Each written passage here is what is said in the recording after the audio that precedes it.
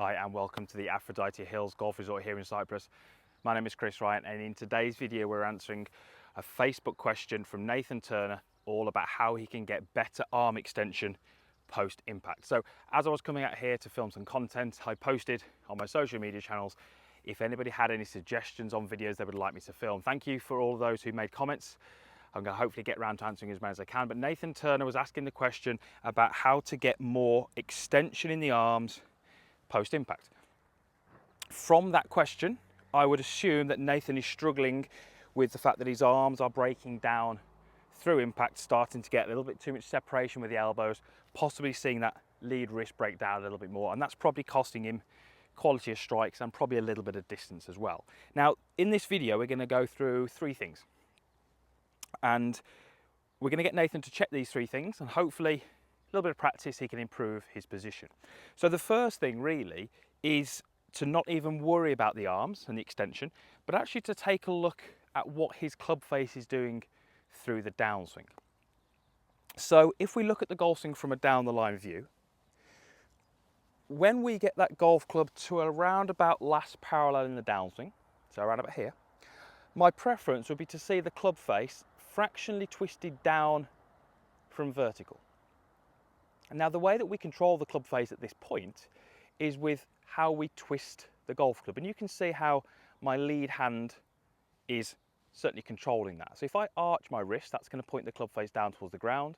And if I cup my wrist, it's going to point the club face more up towards the sky. So why are we going to get Nathan to check this? Well, very often when we see the golfers who have these poor impact alignments this way with the arm structure breaking down, they're actually trying to get the golf club to overtake the hands at quite a high rate. And the reason they're doing that is because the club face is actually quite open at this last parallel. So it may well be that Nathan is actually going to have the club face twisted to the right more, so you can see that. And because of that, his fix through impact is to let the club overtake, and in which case the arms are going to break down. Now this is absolutely key, because if Nathan has a club face which is slightly open, and we give him some more structure to his arms, that's possibly going to make the ball go way, way off to the right, and it's actually going to make him play worse. So we need to make sure that the club face is under control. That's our first point. So Nathan, if you can get a video of your golf swing, what I'd love you to do is just check yourself at last parallel and see if that club face is slightly turned down. If it is, we can then move on to our next 2 points, which are some drills which are going to give you the right sensation of how to get this better arm structure. So the first drill is to really understand what the body's role plays in keeping these arms nice and structured. So here's what I'd like you to do. You're going to take your starting position and you're going to take the golf club and you're going to place it onto your belt or just above your belt. And you're going to take your lead arm and you're going to extend it as straight as you can and hold the golf club. Now, what I want you to do here is keep your head exactly where it is. Keep your lead arm as straight as you can, and move the golf club head as much towards the target as you can and as much up into the air as you can. So if I just try and do that with my arm is very quickly going to break down. If my head has to stay still and I have to get that golf club to travel towards the target and rise up, the best way for me to do that is to start to rotate my body and start to extend through my body. So you can see how I can pretty much get that club head up to around about waist high with my arm extended and my head about in the same position.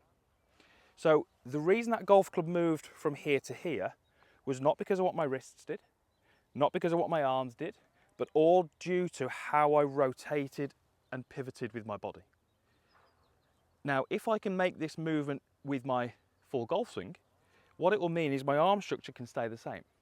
Many of the golfers who struggle to keep arm structure post-impact, it's because the pivot is incorrect and they're trying to move the golf club through with their arms. As soon as I use my arm, you can see what's happened. My lead wrist has broken down, my lead arm has broken down, and that's really probably what you're seeing on camera. You're seeing these arms sort of break down post-impact. There's a very good chance that the pivot is responsible for that.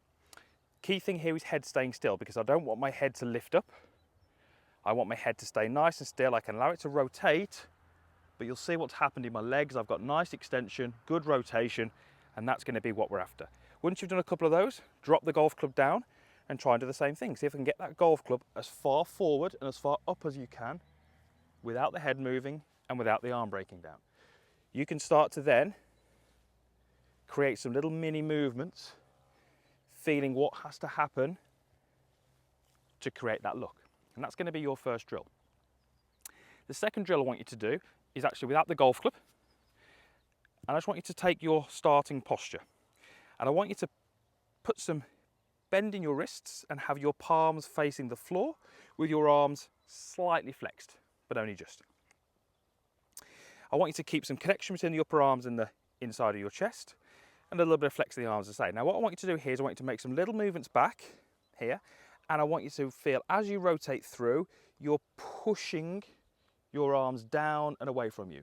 And as I do that, I really feel I'm starting to engage the backs of my arms, my triceps. I'm keeping some connection here, but I'm feeling like I'm pushing my arms down and out. Again, this is the feeling we want. This arms extending, pushing away from it as my body's rotating and extending.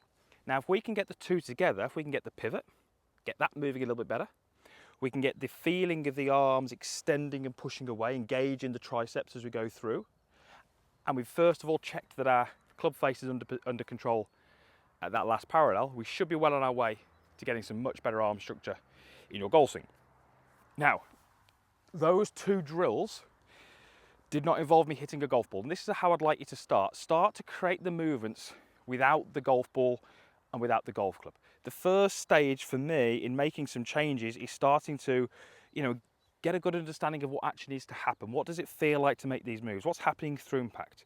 And as you're doing those drills, that's what you should be really thinking. You shouldn't be doing the drill because I've told you to. You should be doing those drills thinking, what does that feel like I'm having to do? Drop the club there. Does that feel like I'm extending, rotating, creating all these feels? Because when you pick up that golf club, you're looking at the ball, you've only got those feels that you've created.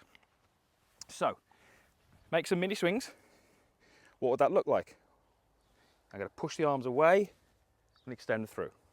Push the arms away and extend through. And what I would get you to do very, very shortly after those drills is actually just start to pitch that ball some 30, 40 yards. So I'm just going to pitch this down there.